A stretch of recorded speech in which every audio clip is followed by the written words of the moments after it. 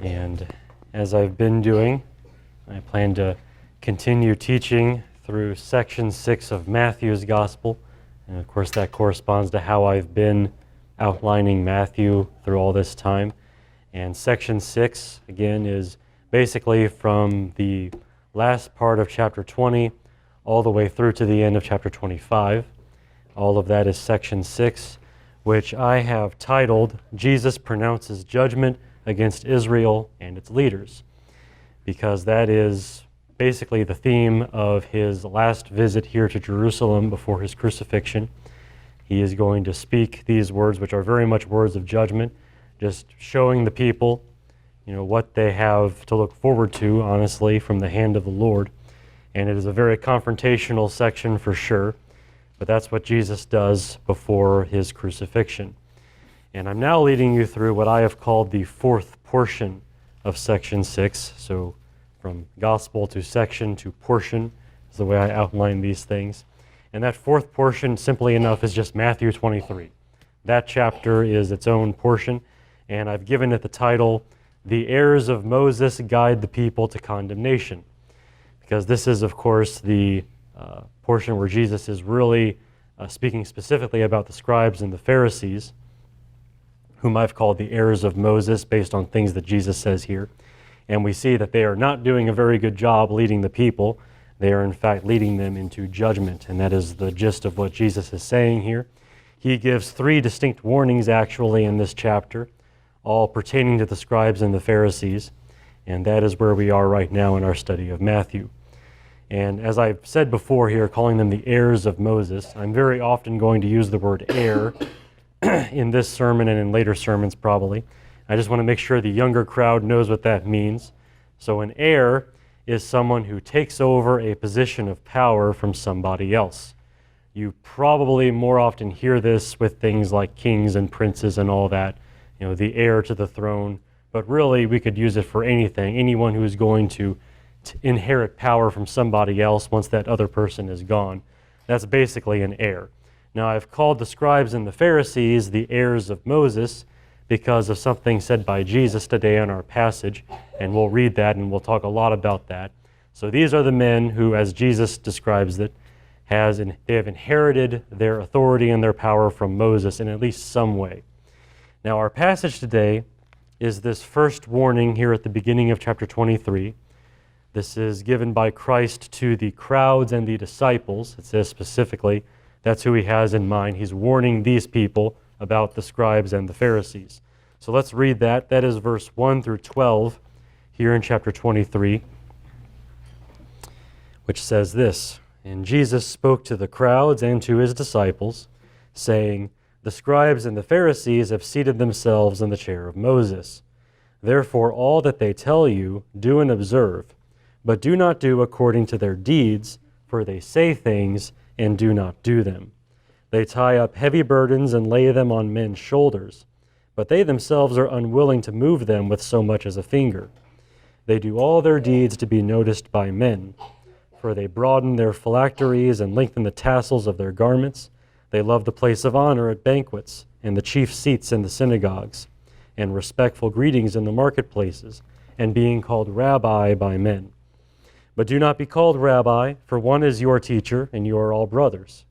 Do not call anyone on earth your father, for one is your Father, he who is in heaven. Do not be called leaders, for one is your leader, and that is Christ. But the greatest among you shall be your servant. Whoever exalts himself shall be humbled, and whoever humbles himself shall be exalted. So this warning from Jesus begins with a statement that many have found surprising regarding the scribes and the Pharisees sitting on the seat of Moses. That's the kind of thing where you read it and it's just like, oh, really? Didn't see that coming. And today's message is entirely devoted to discussing that seat and what the seat of Moses is and what it means to be seated upon it and what Jesus is trying to say about the scribes and the Pharisees by saying this. And specifically, I'm going to argue that Jesus intends a contrast between the seating of the scribes and the Pharisees and the seating of the Messiah himself. So that is what I'm really trying to get at today, a contrast between these men over here and Jesus over here, and I think that's what Jesus has in mind as well. Furthermore, this contrast is actually the first criticism against the scribes and the Pharisees being made by Jesus. So in this contrast, you actually see some of what his problem with those men is. You get to see a part of that in this very first thing he says. So my title for this sermon is The Chairmen and the King. Of course, the scribes and the Pharisees are the chairmen because they sit in the chair of Moses, and Jesus is greater than they are, so he's the king. So you've got the chairman and the king. That is what I've titled this sermon for today. And for my outline, I have 3 headings, so you can follow along with these as I give them to you and use them to keep track of where we are as I talk about this. First, I want to describe the 2 oddities of this statement about sitting in the seat of Moses. There are just 2 things about it that are kind of strange, and I want to flag those things as being strange so we know that they're important, because after all, it's the unusual things that are very often important in some of these things said by Jesus. So there's the first thing we're doing. Secondly, I want to explain those 2 oddities by the intended contrast that I have in mind between the seating of the scribes and the Pharisees and the Messiah. So my point is that those strange things that I'm going to talk about in this sermon, they're actually explained by this contrast. And if you have that contrast in your mind, then these other strange things start to make sense. And then finally, for my third heading, I'll describe that contrast in some detail and show how Christ uses that contrast to warn the crowds about the scribes and the Pharisees. So that's where we get to the actual point of all of this, the actual warning that Jesus has in mind through this contrast. And so what we're getting to is this, that even when Jesus commends the scribes and the Pharisees, and even commands people to do and observe what they say, even that is not quite what it seems. On the surface, that is what it seems like. He seems to be commending them as the heirs of Moses in some way, and even tells the people to listen to them. But even that is not quite all that is there. In our passage today, Jesus seems to grant the scribes and the Pharisees a high honor, but in reality, that honor is more like faint praise, right? It's more like this thing where you say the best thing you can about someone, but even that isn't really all that great. That's the general attitude, I think, behind this first statement that he makes about the scribes and the Pharisees, about them sitting on the seat of Moses. And I think you'll see what I mean by that as I go through all of this. So let's begin at the first heading. And under this first heading, I want to describe those 2 oddities that I mentioned. The 2 oddities of this statement about sitting in the seat of Moses. And I want to discuss these 2 oddities in detail because they were actually the fuel for my prolonged study of this statement. It took me a long time to get anything actually ready to say about this passage because I was so caught up on these 2 strange things I'm going to talk about here. So I want you to know about them and why I think they're strange and why I've taken so much time to think about them and talk about them. They are, after all, the fuel for today's message as well, because this is based on my study. So let's talk about those. We'll start with the first one. The first oddity here is the very idea of the seat of Moses.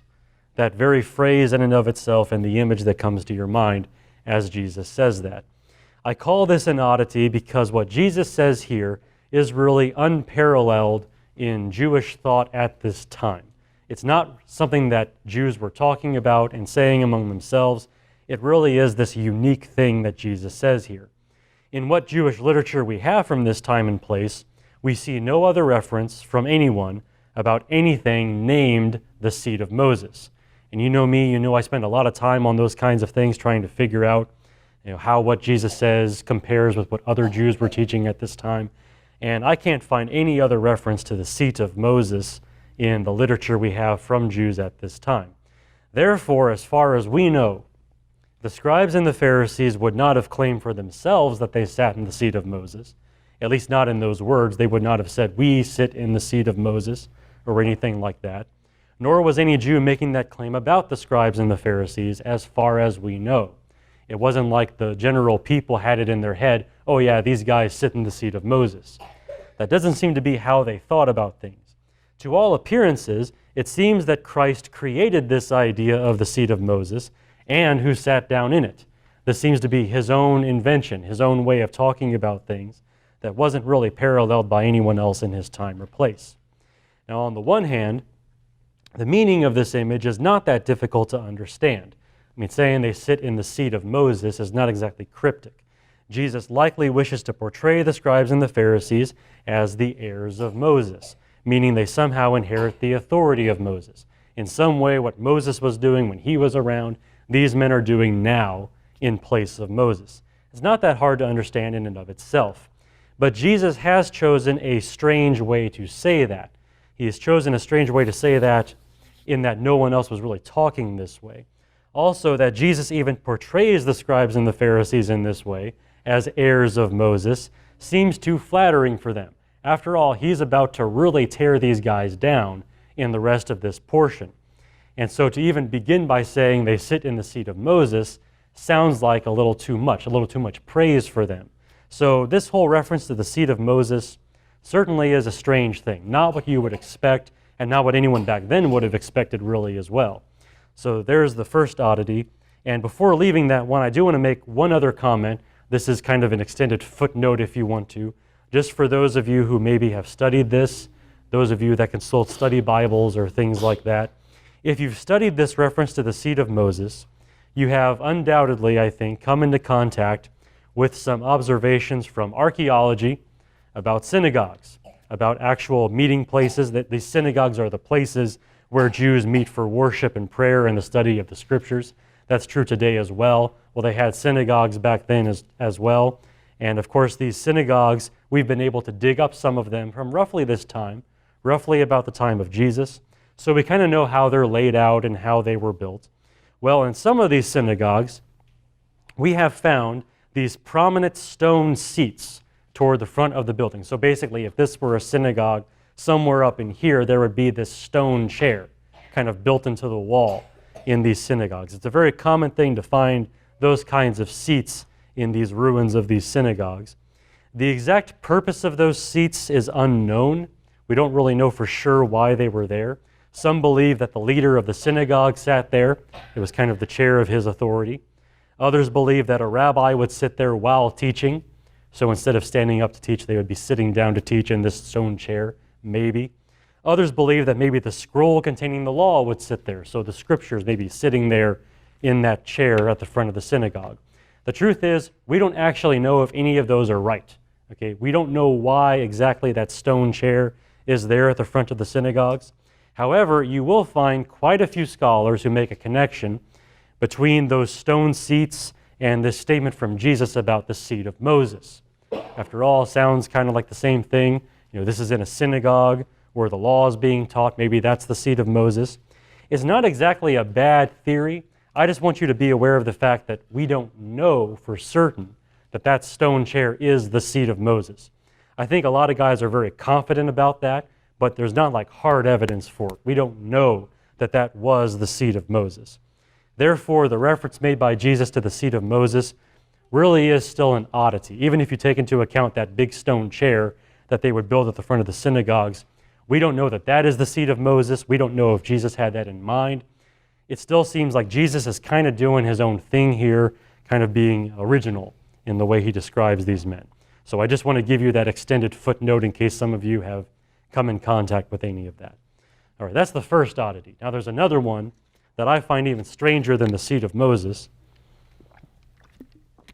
Jesus describes the seating of the scribes and the Pharisees as a simple past tense action. And yes, we're going to be talking about grammar here. So simple past tense action, the way he describes the seating of these men in the seat of Moses. Now, I'd like to read for you how a certain Bible translation handles this statement in verse 2. So this is probably not what you have in front of you, but this is how one Bible translation has handled it. This is Young's literal translation. And as the name implies, this is the translation you consult if you want the most literal possible translation you can possibly find of the Bible. So it's not a very popular translation. It's kind of hard to read, but it is quite useful for studying the Bible if you ever want the most literal translation possible. So here is how Young's literal translation handles verse 2. It says this: "On the seat of Moses they sat down, the scribes and the Pharisees." So on the seat of Moses they sat down, the scribes and the Pharisees. Now, and of course, you know that I've studied Greek as well, and I actually did look that up and to see if that is actually a past tense verb there. They sat down, and it is. It is a past tense verb. And that translation that the Young's Literal Translation gives you is a very good translation in that if you were taking a class on New Testament Greek and your professor wanted to give you a verse to test you to see how well you've been studying, and you want to show him that you have been studying and you know how to translate Greek, you're going to write it very much like Young's Literal Translation does. On the seat of Moses, they sat down, the scribes and the Pharisees. It's exactly what Young's Literal Translation does, and that's a good translation in the sense that it is very literal. However, it brings us to our second oddity. Jesus describes the seating of the scribes and Pharisees as a simple past tense action, something that happened back then, a past tense action. They sat down on the seat of Moses. Now, many scholars find this unusual because it does not fit with how Jesus applies this statement. And as you look at what Jesus is saying and what he says on the basis of that, it's not really what you would expect. Let's just read it again here, verses 1 through 3, and I'll use the literal translation here in the middle. It says, Jesus spoke to the crowds and to his disciples, saying, the scribes and the Pharisees sat down in the chair of Moses. Therefore, all that they tell you, do and observe. Okay? Now, surprisingly, Jesus teaches that the scribes and the Pharisees have some kind of present, lasting authority over the people. He tells them, all that they teach you, do and observe. They have some kind of present, real authority right here, right now. But if the scribes and the Pharisees have this present, lasting authority, why would Jesus use a simple past tense verb, sat down? If he's talking about things here and now, why is he using a past tense verb to describe them sitting down? The wording chosen by Jesus is so strange that no English Bible translation, other than Young's Literal, actually writes what Matthew wrote here. They don't actually give that past tense translation. Most Bible translations find some way to bring the statement into the present tense, which is of course very natural based on what we're saying. So for example, those of you using the ESV says, they sit on the seat of Moses, present tense, right? And that makes sense as you read it, doesn't it? Because after all, they have this present lasting authority. You're supposed to do and observe all they teach you. So why not translate it present tense? They sit on the seat of Moses, therefore, do and observe all that they tell you. If you're using the NASB, it says something like this, they have seated themselves on the chair of Moses. It's technically a present perfect translation. I don't want to get into all the grammar things there that I could get into for that, but it is a present perfect. They have seated themselves. In your mind, they are very much still on the seat, still very much on that chair of Moses. So that's what most Bible translations do. They find some way to bring this into the present tense. And there are plenty of reasons for that, not the least of which is what I've been saying, that they have some kind of present lasting authority. So they're clearly still on the chair of Moses somehow. So why not translate it present tense? And all that is fine to say, but the question still nags me, why did Jesus use a past tense verb? Why did he say they sat down on the seat of Moses? And why does Matthew record it that way? Even though it's strange, apparently he did it for a reason. So what is that reason? That's the second oddity that kept bothering me as I was trying to study this particular passage. So those are the two oddities for you, the very mention of the seat of Moses and this past tense verb. They sat down in the seat of Moses. What is going on with all this? Well, as for explaining those two oddities, that brings me to my second heading. So this reference to the seat of Moses and the use of this past tense verb are due, I think, to a contrast intended by Jesus between the scribes and the Pharisees over here, sitting on the seat of Moses, and the Messiah over here, sitting on his seat, on his throne. So there is a contrast that I think Jesus has in mind between the scribes and the Pharisees and himself, the Messiah, and he talks about that by talking about these seats. Now, to see this, we need to remember what Christ has just said in his own debate with the Pharisees. This is the very end of chapter 22. So let's go back there. Remember, this just happened. He went straight from one right into the other. So here we go. Chapter 22, verses, let's say verse 41, and then we'll read all the way down into verse 2. So So now, while the Pharisees were gathered together, Jesus asked them a question. What do you think about the Christ? Whose son is he? They said to him, the son of David. He said to them, then how does David in the Spirit call him Lord, saying, the Lord said to my Lord, sit at my right hand, until I put your enemies beneath your feet. If David then calls him Lord, how is he his son? No one was able to answer him a word, nor did anyone dare from that day on to ask him another question. Then Jesus spoke to the crowds and to his disciples, saying, the scribes and the Pharisees sat down in the chair of Moses. And we'll end there. Notice that the debate between Jesus and the Pharisees flows directly into this first warning about the scribes and the Pharisees. It's like when he got done arguing with them, he immediately turns to the crowds and the disciples and says, let me tell you about these guys. So they go straight from one right into the other. Also notice that both passages are about seating. These are about chairs. The first is the seating of the Messiah at the right hand of God, and we see that in the psalm that Jesus quotes there to talk about whose son is the Messiah. And then secondly, the seating of the scribes and the Pharisees on the seat of Moses, which is what Jesus talks about there at the beginning of chapter 23. So both of these passages are about seating. They're about chairs. Now, I myself do not think that any of this is a coincidence. I don't think this is just something that happened to be there. I think this is very much intentional on the part of Jesus. I suggest, first of all, that Jesus worded his statement about the scribes and the Pharisees to make it similar to what he just said about himself.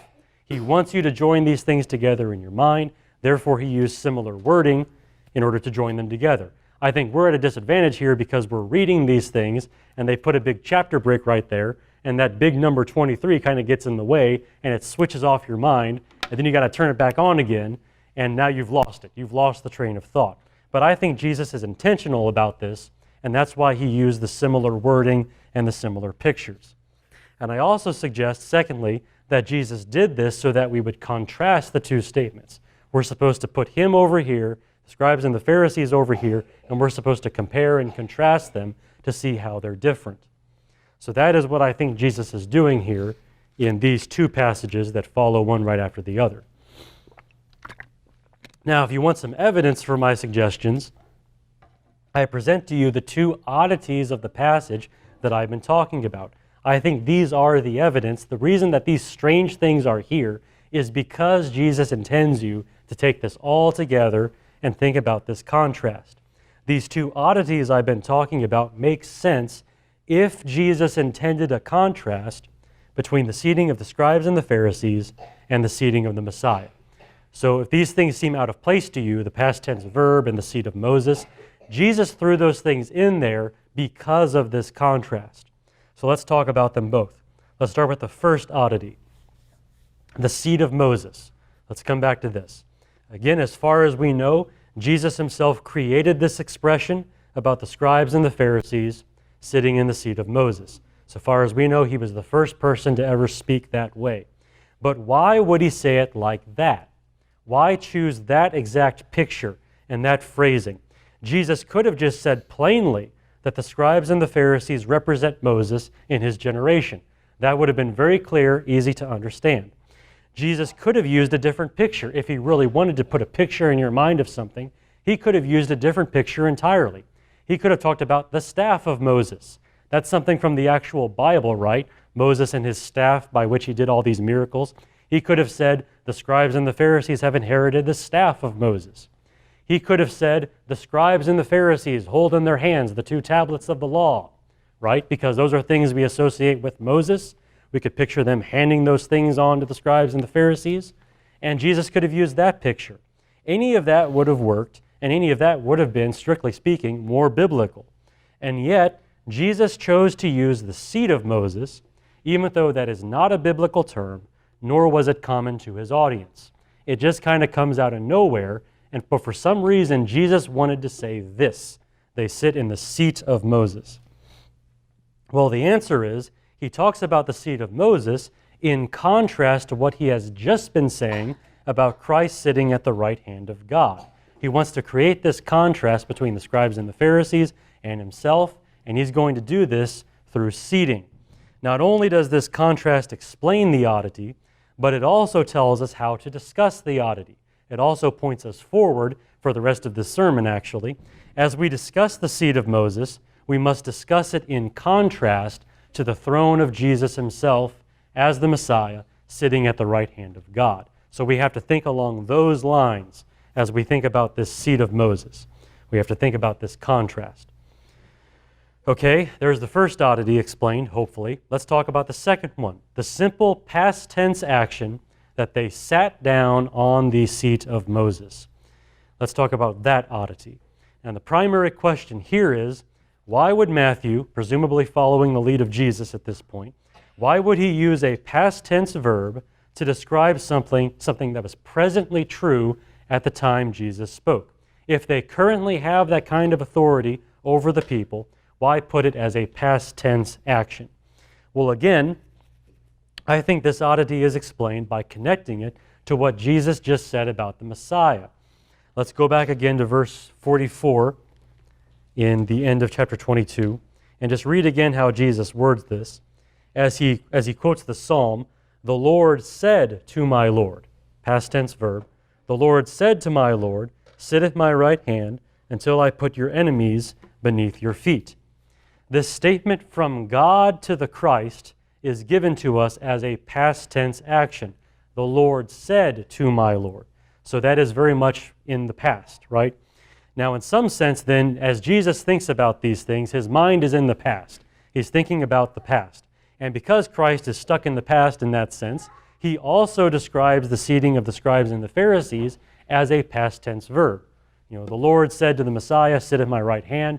Meanwhile, the scribes and the Pharisees sat down on the seat of Moses. He puts it all in the past tense so that it's all one smooth thing from one passage to another. So that, I think, is the explanation for that strange way of wording it. They sat down on the seat of Moses rather than just making it a present action.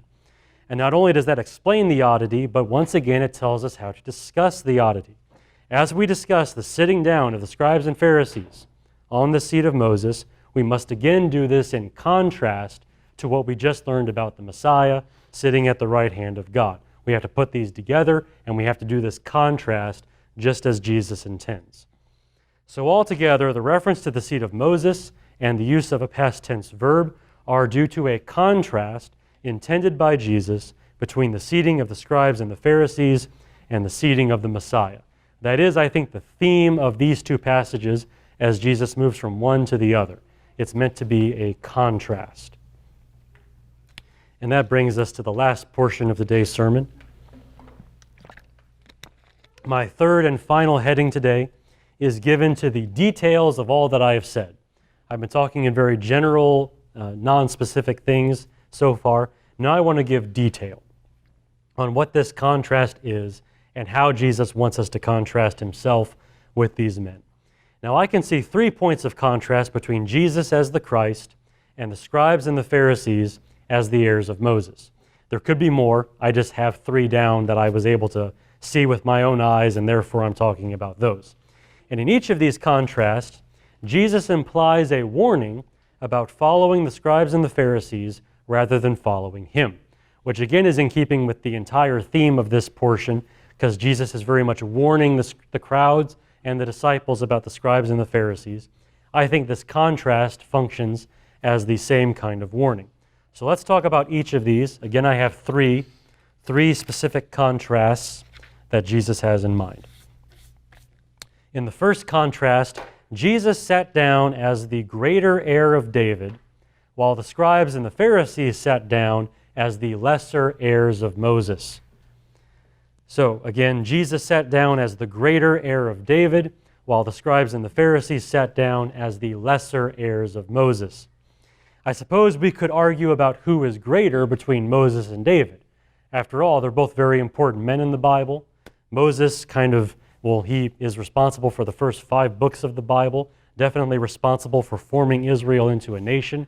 David was the greatest king of Israel's history, delivered them from their enemies, very much became the archetypal ruler of Israel at that time. We could argue about which one of those two men is greater or most important.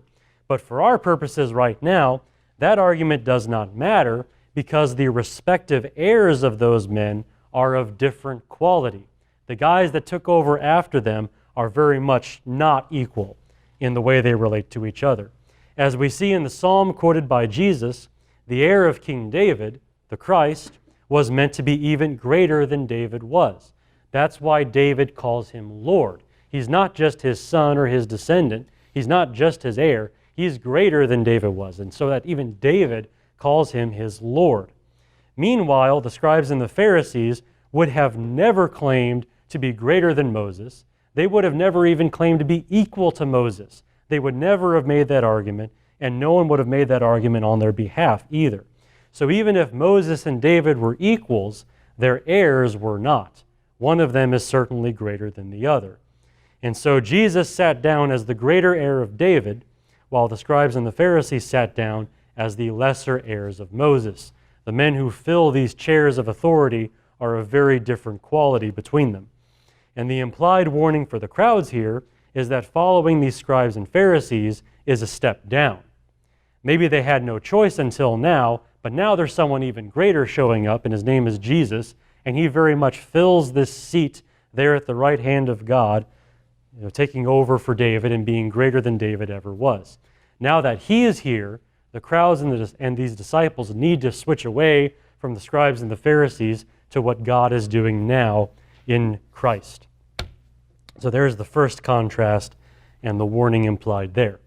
Let's turn our attention to the second contrast, number 2.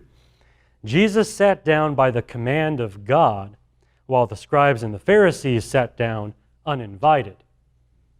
So let's reread again how Jesus words this back in the psalm he quoted. This is chapter 22, verse 44, where it says, "The Lord said to my Lord, sit at my right hand until I put your enemies beneath your feet."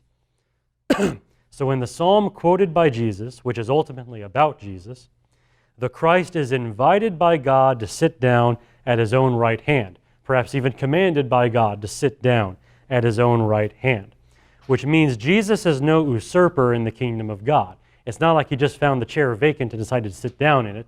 He was actually invited there by God himself. This was the plan. This was God's plan for Jesus to fill that role. Meanwhile, the scribes and the Pharisees have no claim to their own seat. It's not like there's anything about them that makes them worthy or in any way called to that particular chair of Moses. Now, true, there's no one else in the synagogues teaching the law of Moses besides the scribes. If you go there to the synagogue week after week, Sabbath after Sabbath, it's going to be the scribes teaching the law of Moses at that time. Nor is there anyone else in Israel making a fuss over the exact intricate application of the law besides the Pharisees. Those were the men doing that in this time and place. So these men do, in a sense, fill that role. However, these men simply assumed those roles in society.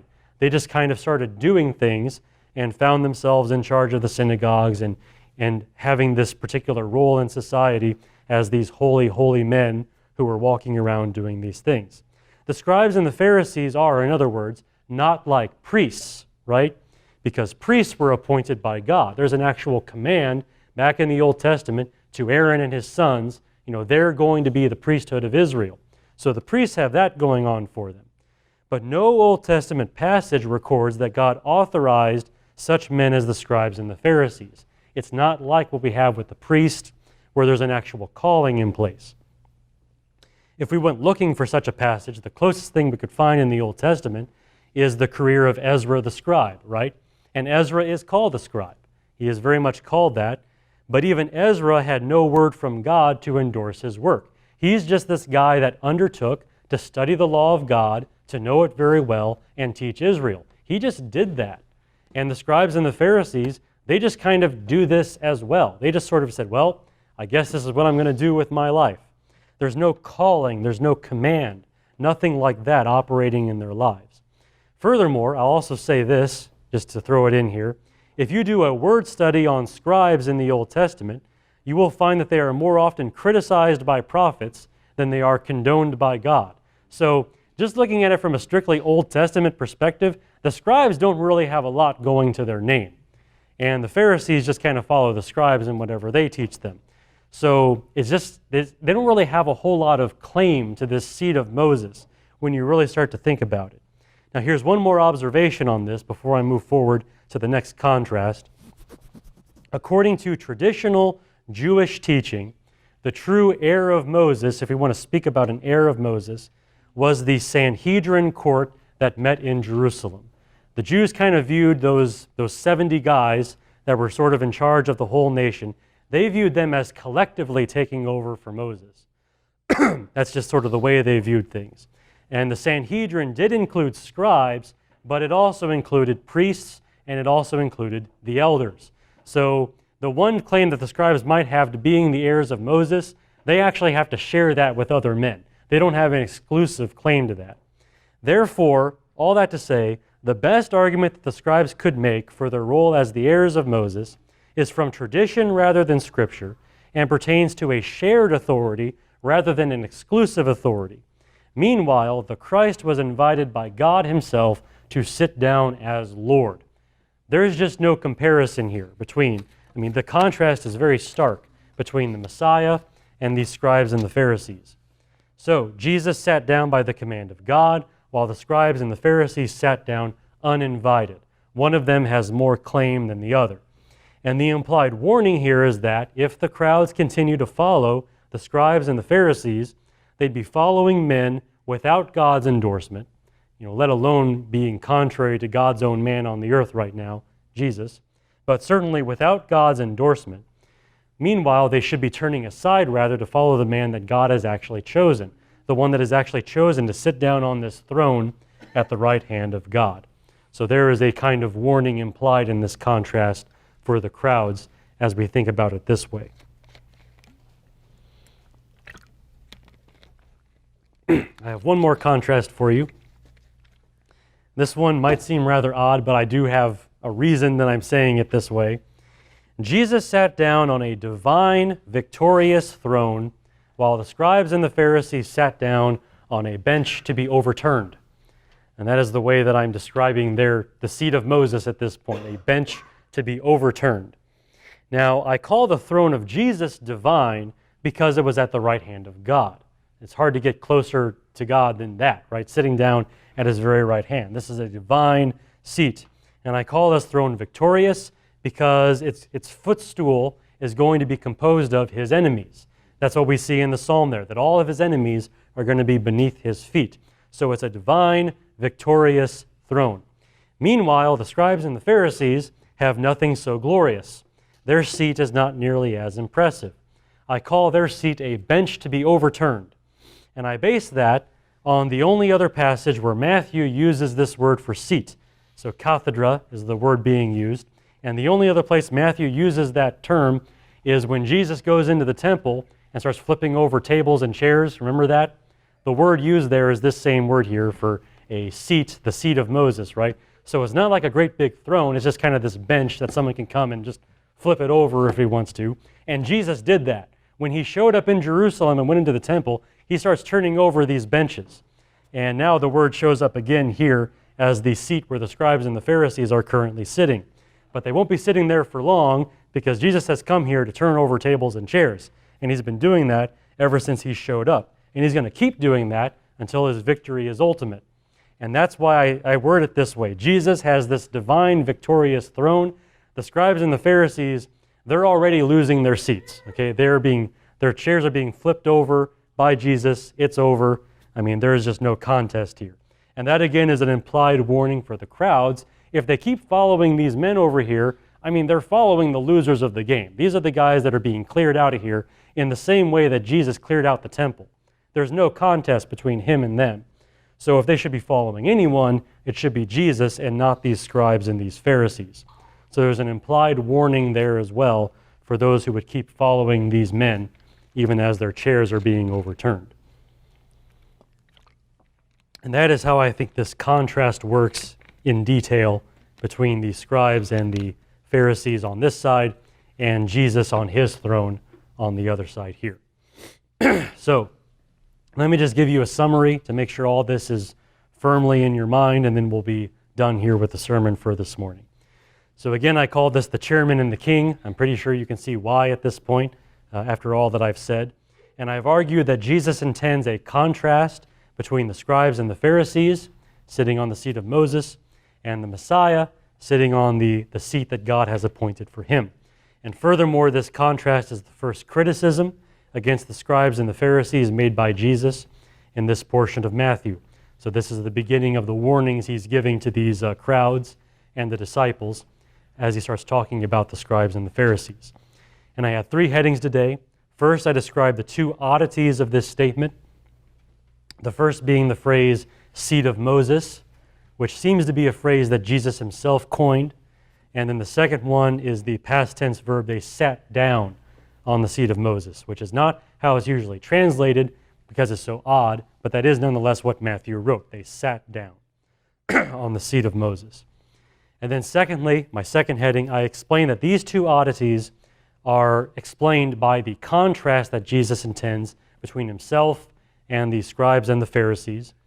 And then finally, in my third heading, I described that contrast in detail, showed how it was a warning to the crowds and the disciples about the scribes and the Pharisees, and I gave you three ways that that worked. And that is all I really have to say today. Next time when I teach, I'll be teaching in Matthew again, and I plan to speak about this command that Jesus gives on the basis of what he has just said, even though it doesn't seem like a very glorious thing now. He does give this kind of command to do and observe all that the scribes and the Pharisees say, which is an even stranger thing to say than to say that they sit down on the seat of Moses. So we'll be talking about that whenever I teach again. But bear in mind, this command is based on an honor that is actually no honor, but really more like a waiting bench for the enemies of God facing judgment, because that is how Jesus portrays these things between himself and the scribes and the Pharisees. The seat of Moses really isn't that great, at least not at this time, now that Jesus is here to deal with Israel and to take over as the king of the kingdom of God. So that is what I had to say to you this morning. It's kind of a strange message, so if there are questions, I'll certainly try to answer those. Otherwise, if there are comments, we can hear those too. Does anyone have anything to share or ask at this time before we get ready for the meal?